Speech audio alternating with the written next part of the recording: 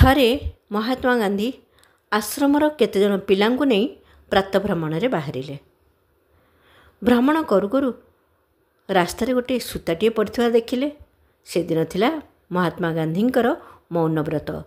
ତେଣୁ ସେ ଇସାରାରେ ପିଲାମାନଙ୍କୁ କହିଲେ ସୂତାଟିକୁ ଉଠାଇ ନେବା ପାଇଁ। ଝିଅଟିଏ ସୂତାଟି ଉଠାଇ ଆଣିଲା।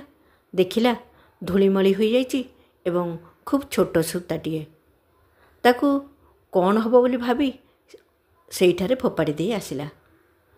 ସନ୍ଧ୍ୟାବେଳକୁ ମହାତ୍ମା ଗାନ୍ଧୀଙ୍କର ମୌନବ୍ରତ ଭଙ୍ଗ ହେଲା।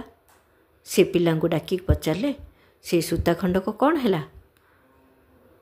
ଝିଅଟି ଉତ୍ତର ଦେଲା, ମୁଁ ସେଠି ଫୋପାଡ଼ି ଦେଇ ଆସିଲି। ଏତେ ଛୋଟ ସୂତା ଖଣ୍ଡକ କ'ଣ ବା କାମରେ ଆସିବ?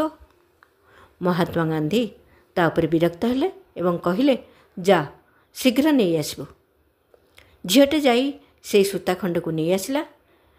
ମହାତ୍ମା ଗାନ୍ଧୀ ତାକୁ ଧୋଇ ଖାତା ବାନ୍ଧିବା କାମରେ ଲଗାଇଲେ। ଏହିପରି ଭାବେ ବସ୍ତୁର ସଦୁପଯୋଗ ମହାତ୍ମା ଗାନ୍ଧୀ କରୁଥିଲେ।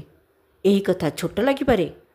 ଛୋଟ ଛୋଟ କଥା ସଂକଳ୍ପକୁ ସୁଦୃଢ଼ କରିଥାଏ, ଦୃଢ଼ ଚରିତ୍ରର ନିର୍ମାଣ କରିଥାଏ।